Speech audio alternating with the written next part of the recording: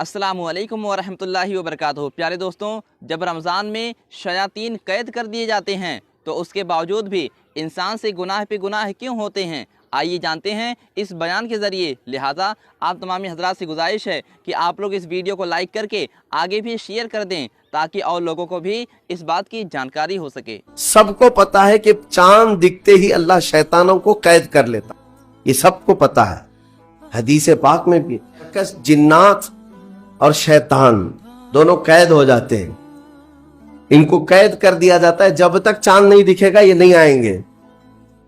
लेकिन जो 11 महीने हम ब्लेम डालते थे शैतान पर कि हमसे बुराइयां हो गई, गुनाह हो गए, क्यों? अरे शैतान ऐसा करा दिया, शैतान वैसा करा दिया। अब रमजान में कौन करा रहा है? शैतान तो है नहीं, फिर फजर में सोता क्यों है? बगैर नमाज पढ़े टांग फैलाए वैसी नमाज कज़ा कर रहे। कौन सा शैतान तुम्हें सुलाया? अभी तो शैतान है नहीं। अभी भी बहुत सारे लोग चोरी का खाना नहीं छोड़ते, बहुत सारे लोग झूठ, दगा, गीबत ये रमजान में भी नहीं छोड़ते। तो ये इनको कौन सा शैतान करवा रहा है?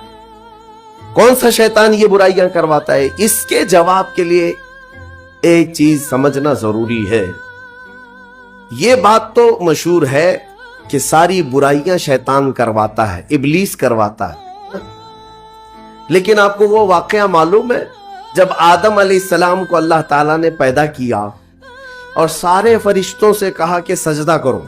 कल ही की तफसीर में मैंने अर्ज किया, उसमें इब्लीस भी था। इब्लीस भी उस वक्त बहका हुआ नहीं था, गुमराह नहीं था, वो अच्छा था। इब्लीस तो बहुत इबादत करने वाला था अल्लाह ताला। तो उसने अल्लाह के हुक्म को टाल कर आदम को सजदा नहीं किया, गुरूर में खड़ा रहा, नाफरमानी किया।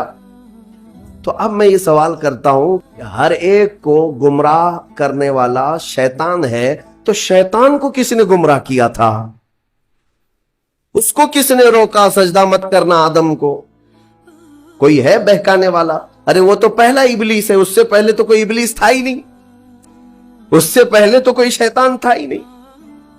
शैतान को किसने रोका कि तू बड़ा है, तू बुलंद जात वाला है, आदम मिट्टी से बना है? ये ख्याल किसने डाला? कौन सा शैतान था इससे पहले? यही बात समझने की है। मुहद्दिसीन ने मुफस्सिरीन ने फरमाया, इब्लीस को जिस चीज ने सजदा करने से रोका वो नफ्स अम्मारा है, वो नफ्स है जो आज भी तुम्हारे साथ है।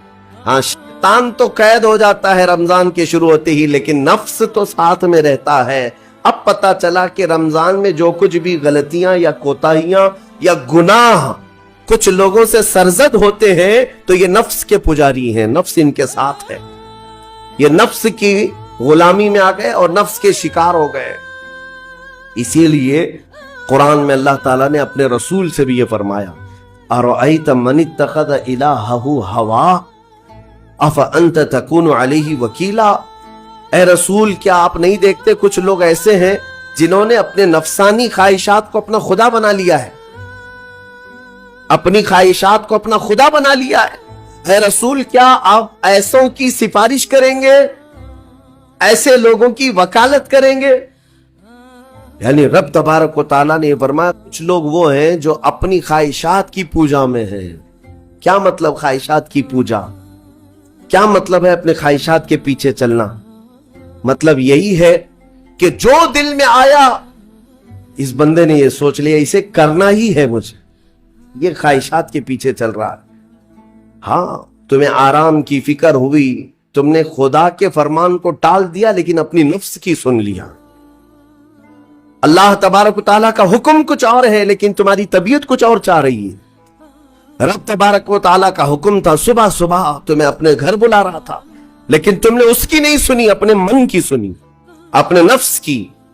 तो यही तो हुआ नफ्स की पूजा, यही है नफ्स की इबादत, नफ्स की परस्तिश, जिसको कुरान में कहा गया है कि कुछ लोग ऐसे हैं जिन्होंने अपनी ख्वाहिशात को खुदा बना लिया। ये नफ्स अम्मारा जिसके भी ऊपर हावी हो जाता है, अच्छे अच्छों को ये इनका तकवा भस्म कर देता है, ईमान से भी दूर कर जाता है। इसलिए मेरे अजीजों, मैं जो अर्ज करने जा रहा हूं वो ये है कि हमारे लिए जिंदगी में सबसे बड़ा चैलेंज अपने नफ्से अम्मारा से लड़ना। सहाबा ने पूछा, इससे बड़ा जिहाद अब कौन सा है या रसूल अल्लाह? मेरे आका सल्लल्लाहु अलैहि वसल्लम फरमाते हैं, ऐ मेरे सहाबा, अपने नफ्स से लड़ना अब ये बड़ा जिहाद, नफ्स से लड़ना बड़ा जिहाद है। मेरे अजीजों, ये ख्वाहिशात को ही खत्म करना हो, इस नफ्स को अगर कंट्रोल में लाना हो तो क्या करो? नफ्स अम्मारा सबके पास है। कुरान में मौला फरमाता है, वमा उबर्रिउ नफ्सी इन्न नफ्स लअम्मारतुम बिस्सू इल्ला मा रहिम रब्बी। कोई अपने नफ्स से बच नहीं पाएगा सिवाय वो शख्स जिस पर मेरा रब रहम फरमाए। अल्लाह का रहम जिस पर हो गया वो अपने नफ्स से बच जाएगा। मैं आपको एक दुआ बताता हूं। हुजूर पाक सल्लल्लाहु अलैहि वसल्लम अगर दुआ करते थे तो इससे आपको अंदाजा हो जाएगा कि ये कितनी इंपॉर्टेंट चीज मैं आपके सामने कह जा रहा हूं। कौन सी? हुजूर जब दुआ करते थे तो यूं कहते थे अल्लाह की बारगाह में, अल्लाहुम्मा ला तकिलनी इला नफ्सी तुरफत ऐनिन। ऐ अल्लाह, तू मुझे मेरे नफ्स के हवाले एक मिनट के लिए भी मत देना, तू अपनी हिफाजत में रख।